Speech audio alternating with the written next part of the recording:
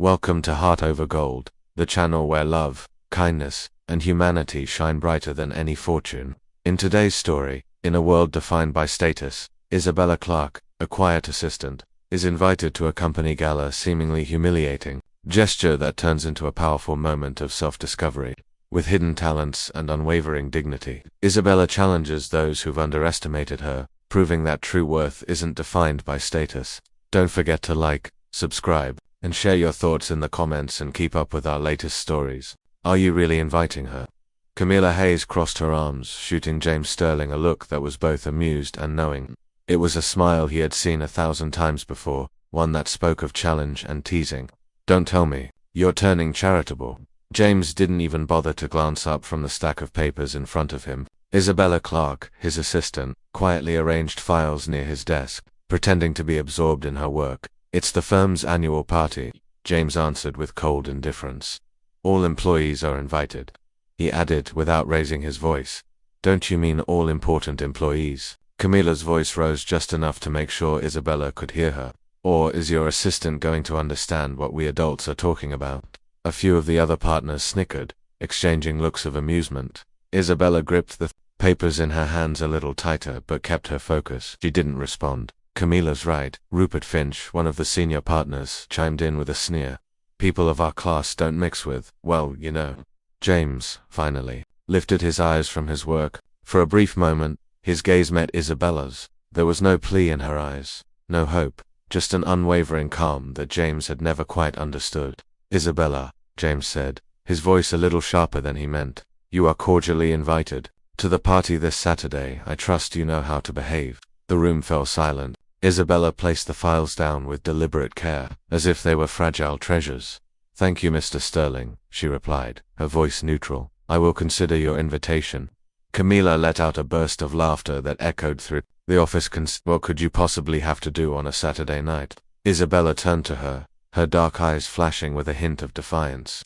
I always have options, Miss Hayes. Some simply aren't worth my time. Camilla's laughter faltered, and the partners exchanged uncomfortable glances. Well, James muttered, clearing his throat, I guess that settles it. Isabella gathered her things with quiet grace and headed for the door. Just before stepping out, she paused. One question, Mr. Sterling, she asked, her voice calm. Does this invitation come with any particular intention? James felt a tightness in his chest. The others were waiting for his answer. We just want everyone to have a good time, he lied smoothly. Isabella nodded slowly. I understand. Have a good afternoon. The door clicked shut behind her, and Camilla erupted into laughter. Did you see her? Like an offended queen. This is going to be fun, Rupert added. Let's see how she fits in with us. James didn't speak. He stared at the door where Isabella had just exited. A strange, uneasy feeling stirring in his chest. A chilling invitation. A deliberate humiliation. What kind of strength did it take to face a room full of people hoping to watch you fail? Share your thoughts on Isabella's bravery in the comments. And don't forget to like this video and subscribe for more of her incredible journey. Later that night, Isabella returned to her small apartment, her body drained of energy. Her younger sister Sophie was sitting at the dining table, her face buried in books. How was your day? Sophie asked without looking up. Isabella collapsed onto the sofa with a heavy sigh. I was invited to the company party, she said, her voice flat. Sophie raised an eyebrow but didn't turn away from her work. And is that good or bad? Bad, Isabella replied. Very bad. Sophie finally looked up, concern replacing her casual expression. Why? What happened? Isabella shut her eyes tightly as if blocking out the memory. They didn't invite me to include me, Sophie. They invited me to humiliate me. Sophie paused, then slowly put down her pencil, moving to sit beside her sister on the sofa. Look at me, Isabella. Isabella opened her eyes and saw the serious expression Sophie often wore when she was about to drop some hard truths. What do you want to do? Sophie asked. Stay home and pretend to be sick. Is that really what you want? Isabella let out a deep sigh. No, she admitted. I want to go to prove them wrong about me, but I'm terrified of making a fool of myself. Sophie gave her sister a firm look. You've been at that firm for 3 years. You've seen how they act, how they talk, how they move through their world. Do you really think you can't do the same? They were born into that world. I wasn't. You're smarter than all of them put together. Sophie squeezed her hand. And you've got something they'll never have, real class. Not the kind you buy with money, but the kind you carry in your soul. Isabella's eyes welled up with emotion. What if I make a mistake? What if I just confirm everything they already think of me? Sophie's voice softened. Then you make a mistake, with your head held high. But remember, Isabella has always been bigger than that place. It's time they realized that. Isabella stayed silent for a moment, her eyes fixed on the city lights outside the window. Somewhere out there, James and Camilla were in their world of luxury, certain she wouldn't dare show up. Perhaps it was time to surprise them. Saturday night, the ballroom of the city's most exclusive hotel hummed with lively conversations and practiced laughter. James stood by the entrance, adjusting his tie for what seemed like the 100th time, his eyes darting to the door every few minutes, as if he were waiting for someone. Camilla appeared beside him, her golden dress gleaming under the chandeliers. It cost more than Isabella's entire monthly salary, and it showed. I'm just making sure everything's in order, James muttered, taking a sip of his whiskey, his voice betraying his unease. Relax, love, Camilla said with a smirk. Your little assistant is probably at home watching soap operas. She laughed, and James forced a smile. He couldn't shake the nagging feeling in his gut. A small part of him hoped Isabella wouldn't come. He wanted to spare her from the humiliation they had all planned. But another part of him wanted to see what would happen if she dared. Just then Rupert Finch and a couple of other partners walked over, drinks in hand, still waiting for the show. Rupert asked sarcastically, I bet she doesn't even have a decent dress. Maybe she'll show up in her office uniform. The group laughed, but James's stomach twisted. He didn't know why, but a part of him wanted to see what would happen next. Then the master of ceremonies stepped up to the microphone. Dinner is served, he announced. As the guests started to move toward the main dining room, James continued to walk with Camilla when suddenly, the room grew quiet. The murmurs stopped. He turned toward the entrance and felt his breath catch in his throat. Isabella stood in the doorway, perfectly still. She wore a simple, elegant red dress. It wasn't flashy or overdone, but it hugged her figure in all the right places. Her dark hair cascaded in soft waves around her shoulders, and she wore no gaudy jewelry, just a pair of discreet earrings that sparkled faintly in the light. Her eyes scanned the room calmly, as if she owned the place. The silence stretching moments into what felt like an eternity. Guests exchanged curious glances, some clearly shocked, others utterly surprised by the woman who had just walked in. Isabella's steps were steady, measured. She didn't look down at the floor or seem even a little nervous. She moved with a kind of poise that suggested she had been born in this kind of luxury. My God, someone whispered behind James. Who is that woman? Camilla's face drained of color. She clutched James's arm, her voice trembling. It's impossible. How can she look like that? Isabella approached the main group, her movements graceful. She stopped before James, giving him a slight nod. Good evening, Mr. Sterling. Thank you for the invitation, she said, her voice serene and confident. James could barely speak. You look ... different. Isabella smiled. That smile, it transformed her completely. Different. I just put on a dress, Mr. Sterling, nothing more. Rupert coughed awkwardly, trying to recover. Yes, well, what a surprise to see you. Here Isabella looked directly at him. Didn't you expect me to come, Mr. Finch? No, of course not, Rupert stammered. I mean, Camilla interrupted quickly, recovering her composure. Rupert means we're delighted to have you here. I must say, the dress is interesting. Did you buy it especially for the occasion? The venom in Camilla's voice was clear, but Isabella didn't flinch. Actually, I've had it for years, she replied calmly. Sometimes, simple things are the most elegant, don't you think? Camilla's eyes narrowed as she tried to mask her frustration, but Isabella had just delivered a polite slap to the face. A quiet but clear statement. Camilla's golden dress wasn't the symbol of sophistication she thought it was. The silence grew thicker. Isabella's response had been soft-spoken but piercing. She didn't raise her voice, and yet, the entire group understood what she had said without a word being wasted. James stood there, mesmerized. This wasn't the shy, reserved Isabella from the office. This woman had a presence that commanded attention, a quiet confidence that didn't need to shout to be noticed. Just then, a voice cut through the tense air. Isabella. Everyone turned. An older man, impeccably dressed, walked toward her with a genuine smile. Mr. Dubois. Isabella's face lit up with recognition. What a surprise to see you here. The man kissed her on both cheeks. When I saw your name on the guest list, I couldn't believe it. Do you work with these gentlemen? James frowned, confused. Pierre Dubois was one of Europe's most important investors, a rare client of the firm. I'm Mr. Sterling's assistant. Isabella replied naturally. Dubois looked at James, raising an eyebrow. Do you know who this young lady is? James shook his head, utterly perplexed. Isabella had just flipped the entire script. Are you Isabella Clarke? Isabella, the coordinator of the Books Without Borders initiative in Paris, gave a slow nod. Perfect. I'm researching successful social inclusion programs for a piece I'm writing. And your project came up as Camila gripped her glass so tightly that her knuckles turned white, making it one of the most effective of the past 10 years. Grant said, I believe you're interfering with a private dinner. No problem. Isabella rose elegantly. And if the others don't mind, we can speak right here. Grant activated a tiny recorder and told me about the Paris project. How did you accomplish it? 15 different nationalities, families will take part in a literacy program. That evening, Isabella appeared to be totally at ease for the first time. The crucial component was realizing that education is a right we return many of our own, not a favor we do for others. Those families included intellectuals, artists, and professionals who had lost their qualifications when moving. Could you provide me with a specific example of a grant request? A man named Amara used to teach literature at Segal in Paris. When he realized he could use African texts to teach French to other immigrants, he started selling flowers underground. By translating himself, he was able to regain both his identity and a respectable job. Nodded, making quick notes. And I understand you in terms of language. Arranged classes in Wolof, Spanish, Arabic, English, and French when Isabella continued as needed. My grandmother used to say that every language you learning, in my opinion, transforms you into a more whole person. Impressive. Do you speak all those languages? Isabella blushed a little. I did a good job with the fundamentals for thorough work. I always worked with native speakers. And Grant turned to James.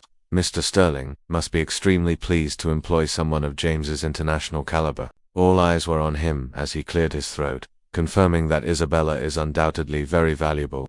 What projects is she currently working on for our company? The inquiry felt like a bomb. James was unable to claim that Isabella's days were spent serving coffee and organizing paperwork. While we assessed new chances to take advantage of her global experience, he lied, smiled, and said, the world needs more. Might we take some pictures for the upcoming few initiatives like Miss Clarke's? Isabella appeared natural as she posed for multiple photos for a few minutes. At ease, she responded to inquiries with wisdom and modesty, discussing without coming across as arrogant. Isabella returned to her projects after Grant left the table, which was completely silent. She took her drink and said, well, as though nothing had happened. Where were we? Rort appeared to have swallowed his tongue when Camila gazed at her as though she were an alien. James recognized that he had worked with a remarkable woman for 3 years without even attempting to understand her. And the most unsettling aspect of all was that Isabella appeared to be unaware of all of the chaos she had caused her was just typical. The night had only just started, but the game's rules were no longer in effect. And Isabella has recently turned. What do you think James' unexpected insight will mean for Isabella and the company, in your opinion? Comments below. Don't forget to subscribe to our channel and like this video.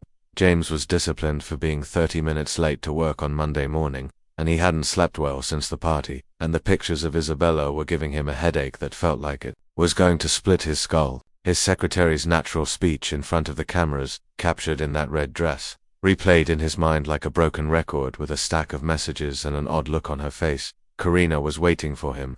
Mr. Shi handed him her tablet with the screen on it and said, Sterling needs to see this. Isabella was seen entering the hotel ballroom in a YouTube video with the title, The Assistant Who Overcame the Elite. You'll be shocked by her tale. It had more than 200,000 views. What the fuck?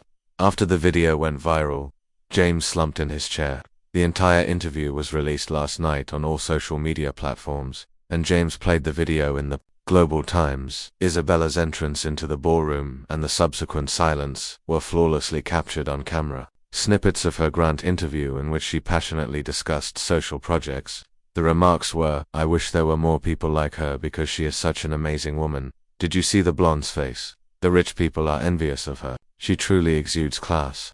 When Rort James' phone rang, it was pure venom. James, did you witness the catastrophe? 15 minutes later, the 4 senior partners were assembled in order to discuss. The atmosphere in the boardroom was tense. This is a disaster. Rupert paced back and forth. Our company appears to be a haven for elitists who take advantage of their workers. David Thorne, Camila's father, is a senior partner, and the phone hasn't stopped ringing. reporters, activists, and even some clients, who want to know what's going on because what were you thinking when you had the brilliant idea to invite the maid? Thorne spat. James balled his fists. Isabella is our executive assistant, not a maid. Rupert, the executive assistant, laughed bitterly, asking when serving, did you know that she coordinated international projects and speaks 5 languages? Coffee makes you an executive. James stood up before starting work here. Did you even bother to look over her resume? CV. Thorne regarded him with disdain. James, we employ individuals such as her to perform. The door opened for Camila, but it wasn't for moral instruction. She came in like a hurricane, her makeup smudged and her eyes red. This is a catastrophe, she sobbed, and they're making fun of me on all social media platforms. Are memes of my face. James, who abruptly fell into a chair. My stylist says I should change my image because it's already burned all over, and my friends aren't talking to me. James attempted to touch her shoulder, but Camila calmed down as a result. However, she withdrew. Please don't touch me, you invited her. Rupert took the opportunity to humiliate us, James, and we must take extreme measures are clearly needed because the company's reputation is at risk. Why does Isabella have to leave today? You need a reason. Thorne sat back in his chair. No, problems with delays or mistakes in documents, but if you fire her. But Camila stepped in to wipe away her tears, which will backfire. Thorne's sly smile will escalate the scandal if we allow it to happen. It's a review of her work with some conveniently found mistakes. Maybe James considered these men to be his partners, and even his friends, but attitude issues take time. He saw something in their faces that he had never seen before, and were afraid that they could be exposed for who they truly were by someone like Isabella. No, he said quietly. Pardon, no, we're not dismissing Isabella. Rupert corrected James. Don't be so gullible. Our reputation or hypocrisy is being destroyed by a woman. Camila narrowed her eyes at him as the tense silence persisted. Do you like that? The question felt like a slap to woman James, who felt like everyone was watching him. Thorne leaned forward to demonstrate that it had nothing to do with personal preferences. Demonstrate your continued allegiance to us. James peered out the window. The city went on as usual, but there was something fundamental going on inside that office. Had changed, and he was unable to hide the cracks that had always existed when his phone vibrated and sent a text message from an unidentified number. This is a BBC journalist, Mr. Sterling. Could we discuss Isabella Clarke's employment history and the working environment at your company? I need time to think. We're running out of time, James said, shutting off his phone and turning to face his partners. Rort shot back. Since he left the boardroom, James was unable to leave, so either she leaves or things will get much worse. Wonder how he got there. A week ago, his life was routine and comfortable, but now he felt as though someone had just lit a bomb's fuse while he was standing on the precipice. But he had no idea what it was. The CEO faces a moral conundrum. Should he jump or put out the fuse? If you had to choose between integrity and reputation, how would you respond? James, who finds himself in a difficult situation, share your moral observations for the exciting fallout. Remember to like and subscribe to this video. 2 weeks after the restaurant tragedy, a necessary apology, James made an effort to act normally, but the cracks were visible everywhere. Isabella carried on with her work as if nothing had occurred, but now the other workers observed her with a level of respect and interest that had never been there before. The final test took place on a Thursday night when the partners hosted a dinner for possible Japanese investors at the most upscale restaurant in the city. Camilo insisted on going with James as you need to project stability, she would always say at crucial meetings. In their apartment, as he was getting ready, he said, after all this scandal, clients need to see that you're still the same. However, James' feelings changed, and that evening, everything went totally wrong. It all started when the Japanese investors got to the restaurant, were already waiting, and the introductions were friendly, as were Rupert and David. Professional James hoped that the evening would go smoothly.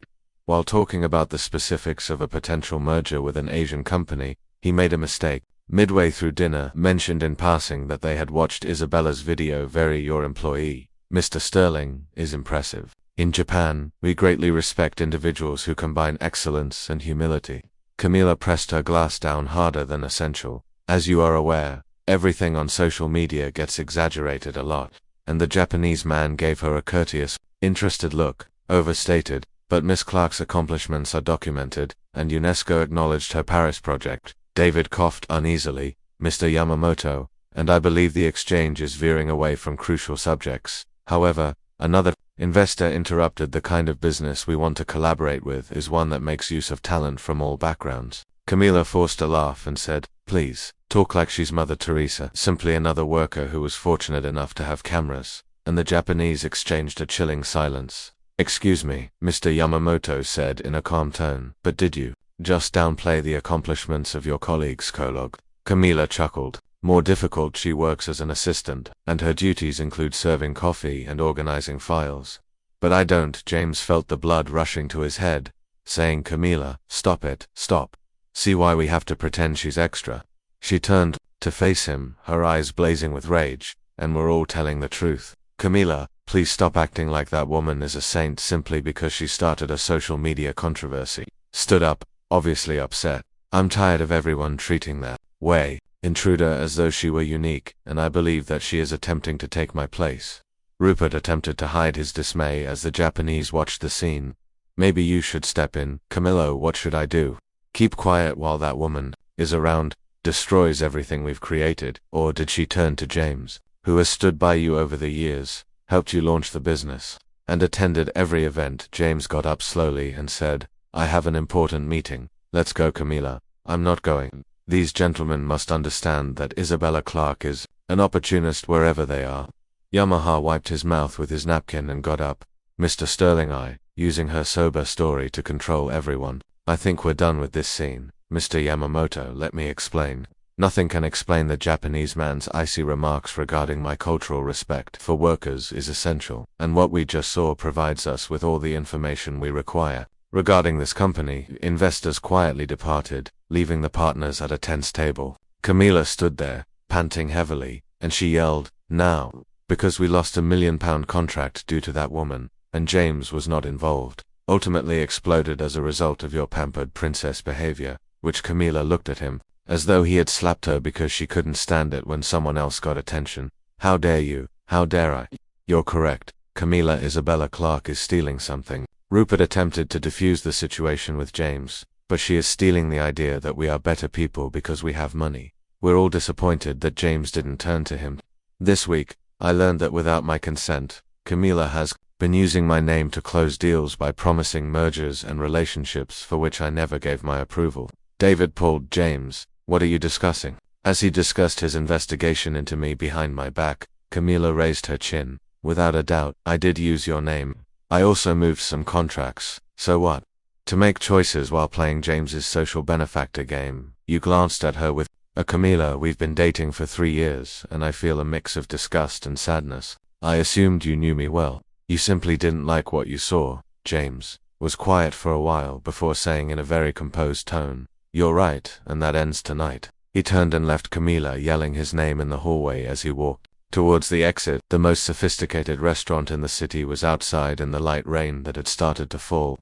James became aware that he felt liberated for the first time in years. Public outcry, a startling admission, and a CEO's eventual release now that James has let go of his past. What do you think he will do? Remember to like this video and leave your predictions in the comments section. Get the exciting new chapter, Unnecessary Apology. 3 days after that, James found himself sitting in front of his computer at 5 o'clock after a restaurant disaster. The morning, composing and removing the identical passage for the 10th time in addition to several crumpled drafts and a cold coffee cup attested to his internal conflict. Isabella had not been there since Monday, and Karina had informed him that she had asked for a few private days, but James believed that Ruth or David were responsible for her abrupt absence, and the rumor in the office was that the partners were drafting a letter of termination. A staff member would be the official version. Restructuring, but James completed writing and reread the document, and everyone knew the truth. Again, it was a letter to the most significant newspaper in the city, and when Ruchet got to the office at 8 o'clock in the morning, he knew that once he sent it, there would be no going back. Despite his typical arrogance, he was taken aback by an unpleasant surprise. With an anxious expression on the opinion page featuring a picture of James, the assistant gave him the morning newspaper. "A Necessary Apology and a Pending Lawsuit" was the title of an article Sterling appeared in. As he read the opening lines, reflection, Rort felt his blood chill. As one of Sterling and Associates' founding partners, I feel compelled to publicly recognize an outstanding employee, and in order to provide society with a long overdue apology. Isabella Clarke has worked for our company for 3 years, during which time she was treated by my partners and me, not as the competent professional she is, but rather as a subordinate worker whose only function was to make our daily tasks easier. The scandal that occurred last week wasn't brought on by Isabella, it was brought on by our failure to see our own talent. It resulted from our social blindness, class conceit, and acceptance of a system that serves our interests at the expense of maintaining others in roles that do not accurately represent their capabilities, Riart discovered. James's assistant's office was empty when he ran there, outlined how he arrived early, left some documents, and left without specifying when he would go back to Rupert. David's phone rang.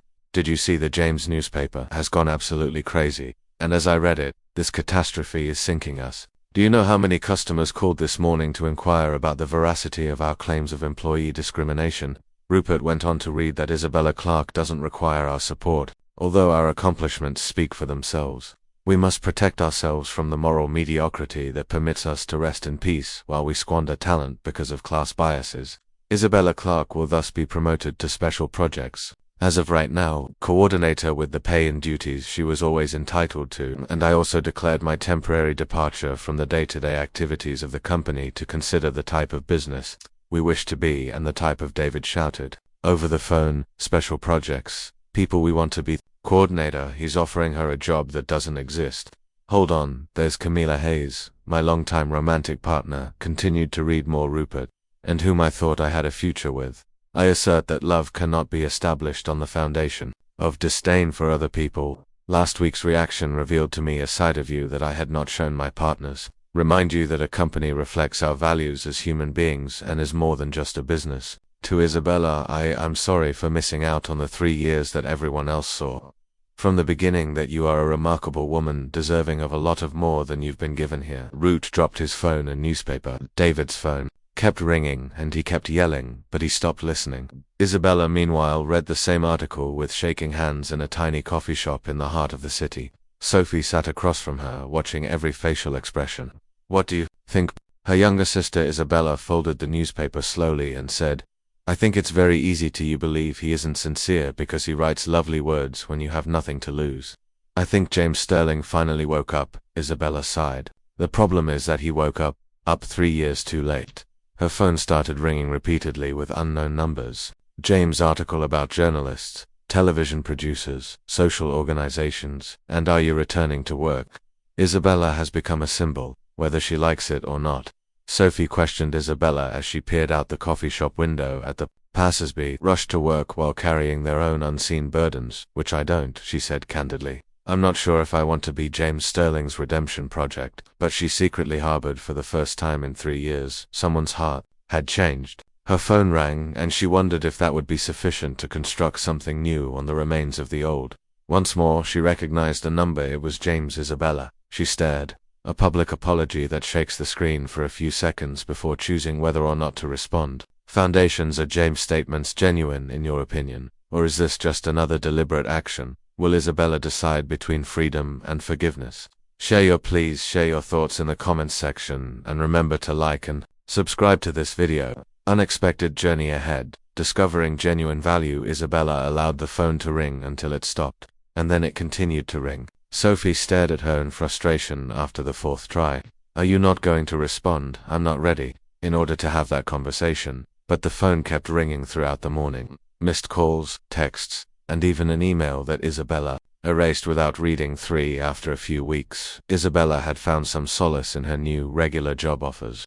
Following James's article, dozens of them arrived, some of them obviously opportunistic. Others, however, were from respectable institutions that appreciated her actual experience.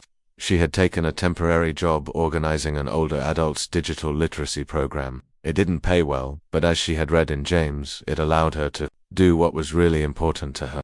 As promised by the newspapers, he had temporarily left the company and participated in a number of free legal education initiatives for underprivileged areas. Isabella had seen his picture in a piece about a working-class neighborhood legal aid program. He appeared thinner and less put together, as though he had traded his. The reunion happened by coincidence one Saturday afternoon at the Edinburgh Designer Suit for something more genuine. Isabella was at an independent publisher's booth at the book fair in the historic city center, looking at a book on Latin American educational programs when a recognizable voice asked, "Is that any all right?" When Isabella turned around, James was standing next to her, wearing jeans and a basic shirt with a bag full of books. James, Isabella, and they exchanged glances, for he appeared exhausted in that seemingly endless moment, but there was a calmness in his eyes that she didn't see. Recall observing previously, "How are you?" when he finally asked, "Well, I'm working on things I like." "I'm happy to hear that." Isabella put the book back on the shelf after reading about your latest endeavors. James's smile vanished. "And you're right that it's simple to be giving when you have nothing to lose." Isabella studied him, but there was no sign of him. "Sometimes you have to lose everything to realize what you never really had." This seemed younger and more human than the haughty man she had known at work. They walked in silence through the area. "Do you want to get a coffee?" he asked. "There's a cafe nearby that I know the place." Families, students, and readers of all ages had crowded the historic center's cobblestone streets during the fair. Isabella observed James greeting a few street vendors, informally, and stopping to give one a coin. Isabella asked the musician, "How long have you been coming here?" "A few weeks ago, I began with the legal aid program, where a large number of our beneficiaries reside." The program's beneficiaries, "You understand what I mean," made James blush a little. For the first time since they first met, Isabella smiled. "Yes, I understand what you mean." The tiny, noisy coffee shop was packed with local artists and students. In contrast to the sophisticated settings where Isabella had previously seen James, James ordered them to sit at a table by the window. Isabella asked, "How are things at the firm?" while sipping an Americano of Isabella chamomile tea. "It's hard. Rupert and David are mad at me because we lost a few after the article." "Do you regret it?" "Important clients." James thought about the indeed. There were innocent people involved, but take the harm to the company very seriously. Writing the letter, No, and Camila, who moved to Madrid with her family, who was employed there but had nothing to do with any of this, has businesses there, and after everything, I believe she needed a change of scenery. Isabella experienced a sort of sadness rather than satisfaction at Camila's demise. Considering how pointless the entire dispute had been, James leaned forward. "You are correct that she interrupted him, so I have no right to ask you for anything," Isabella said. "You can try." He leaned back in his chair and took the blow. "You can gently attempt to be the person you claim to want to be without anticipating my presence, or anyone else to accept you for who you were prior to." James's possibly appreciative glance at her. "The hardest part of all of this," he said, "is realizing that after 3 years I never bothered to look closely at one of the most remarkable people I've ever met, even though she was right in front of me." Isabella sipped her tea. "Maybe you weren't prepared to see me. Maybe I wasn't prepared to be seen either," and Isabella now gave him a direct look. James Sterling was no longer himself, but there was also uncertainty mixed with honesty. Confident man who thought he knew everything. "But now that I think we're both," they said nothing for today, content to learn to be different, sipping their tea as the fair's joyous bustle went on outside. Isabella felt at peace with the unresolved questions for the first time in years. She believed that sometimes there was no fanfare associated with new beginnings. Just showed up as a peaceful afternoon spent with someone who had finally come to understand that she was creating a future for herself. Shared a significant turning point. Given their past, do you think Isabella and James should work together? What's the real significance of someone sharing your thoughts in the comments section? Doesn't for the stunning conclusion. 2. Don't forget to like and subscribe to this video. Isabella got an unexpected call months after that encounter at the fair. Was James, but his voice sounded more human and less assured. "I realize this may sound odd, but would you be willing to assist me with something that Isabella was planning?" When she answered the phone, the materials for her digital literacy class explained what the legal aid program is. "And people don't trust us when we're working as I anticipated, and I believe I understand why. Isabella, I'm listening." And she stopped what she was doing. "We're still behaving like heroes. As you descend from our ivory towers, would you be able to meet with me for a brief conversation?" Isabella looked out of her window to help me realize what I was doing incorrectly. Some of her older students were practicing outside of a tiny temporary office, using their new phones to send texts while giggling over their own errors. "What about tomorrow at 3 o'clock at the same coffee shop as before?" The following day, Isabella got there a few minutes early, and James was already there. He wasn't alone there, though, as 3 people joined him: an elderly woman, a 16-year-old teenager, and a man wearing a work uniform. When James saw her, He got to his feet. "Let me introduce you to Mrs. Davis, Liam, and Isabella." Sat down when they arrived to explain to me why our program isn't functioning, Chloe. Mrs. Davies, intrigued, said first, "Miss Clark, I heard about you from my grandson, who claims that you teach computer skills without forcing us to feel foolish, but you're not," Isabella retorted. "You're only learning." Liam interrupted, "Exactly. But when we arrived at Mr. Sterling's office, regarding my issue with my supervisor, they required us to complete roughly 10 documents, and spoke with Chloe nodded, and they set up appointments. But we didn't understand what they were saying. At 10 in the morning while my mother is at work, as though we are unaware that those in poverty cannot simply skip work in that manner." James appeared truly embarrassed, so I asked them to speak with Isabella because she is aware of these issues. Isabella, who is more adept than I am, glanced at the 3 individuals before turning to James. "May I ask, what would you require in order for legal aid to be of any real assistance to you?" Mrs. Davies brightened. "For it to occur on weekends or in the afternoons, and in locations we already visit, places like the local school or health center. And for them," Liam added, "not as if we're illiterate, but not as if we're lawyers, in an effort to explain things to us like regular people, either, and for them to comprehend that there are instances when the legal issue is only one." Chloe stated that part of the true issue is that my mum needs a divorce, but she also needs a work and taking care of my younger siblings. Isabella nodded, causing her observes, "What if there was someone who could assist, who was aware of the legal issues as well as the other issues? You establish connections with various services." Mrs. Davies' eyes brightened, "Which would be like a coordinator." "How do you say?" Isabella turned to James, who had been a coordinator, and smiled exactly like a silently listening. He said, "What do you think?" "I think I need a coordinator." Without hesitation, someone who is aware of both the legal and human aspects. Although it wasn't the first time she had received a job offer, Isabella felt a tingling sensation in her stomach. This time, however, she felt that the offer was from someone who actually saw her. "Are you giving me a job offer? If so, could you please teach me how to do this correctly? I'm asking you to be my partner, but it's yours if you want it. The program requires a partner who can make crucial decisions, recognizes the individuals we wish to assist. I could serve as the attorney, but you would be the director." Isabella observed the sincere expressions on Mrs. Davis's, Liam, and Chloe's faces. Hope, rather than the phony thankfulness she had come to see in so many ill-conceived but badly implemented social programs. "May I consider?" Naturally, James and Isabella stayed by themselves in the room after the others left. "Why me?" Isabella asked at the coffee shop. "There are people with more experience." James met her eyes directly and explained, "Because in 3 years I never witnessed you treating anyone as inferior to you while I was working with you, not even when I acted foolishly."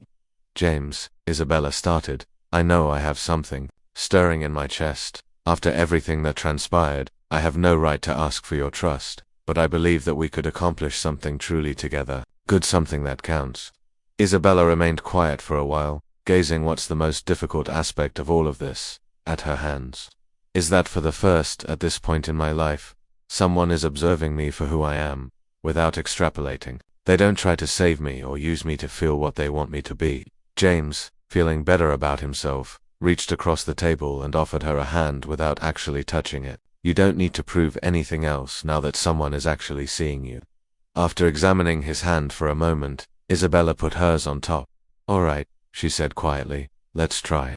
It wasn't a happy ending or a proclamation of love, was something far more genuine and therefore far more valuable. It was an open start, a respectful legacy, and a new alliance formed in what do you think of this tradition of respect for honesty and reciprocity will actually mean for James and Isabella. Share your insightful observations and remember to like and subscribe to this video for the lovely conclusion of a year-long legacy of respect.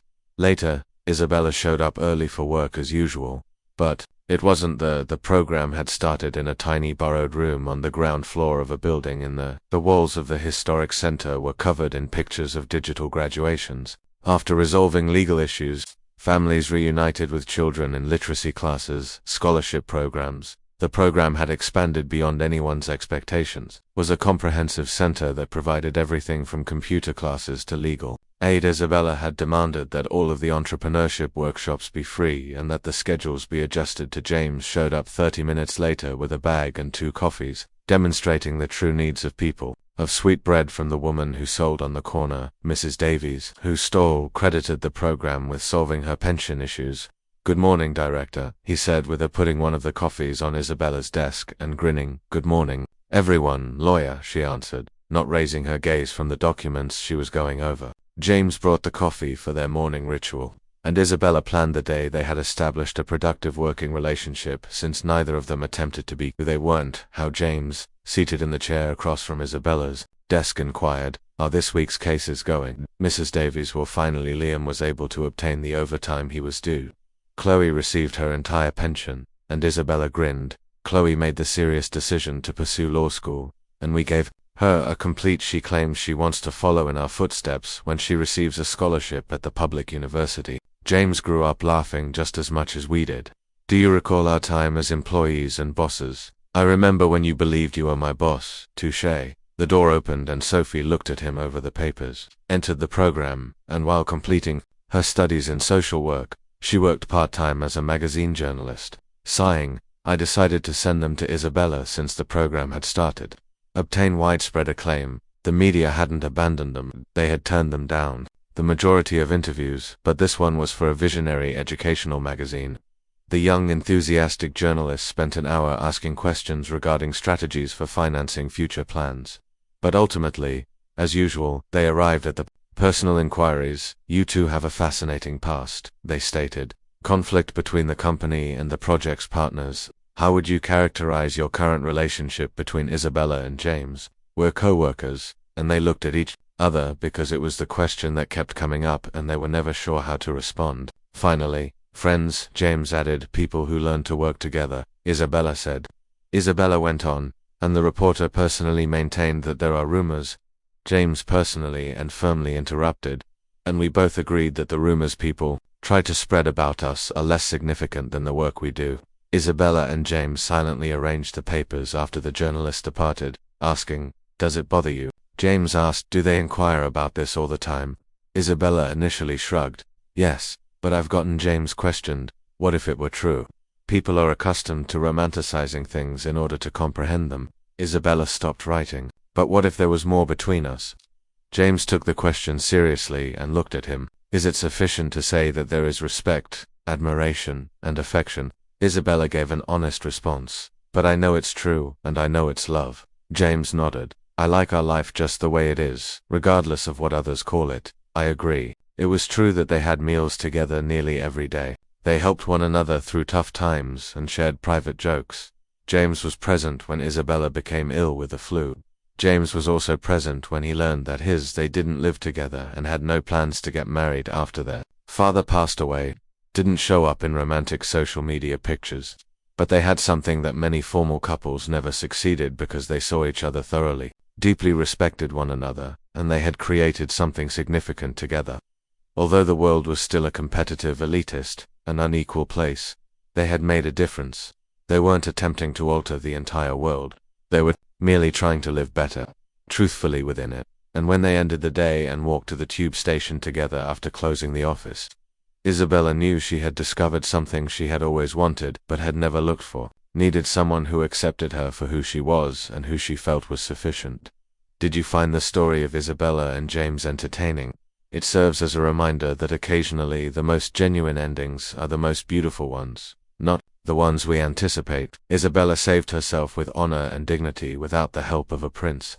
Strength, and James discovered that real power is not found in material wealth or social position, but in being able to identify and appreciate the exceptional individuals. If this story resonated with you, please like and share this video with someone who must keep in mind that their value is independent of the viewpoints of others.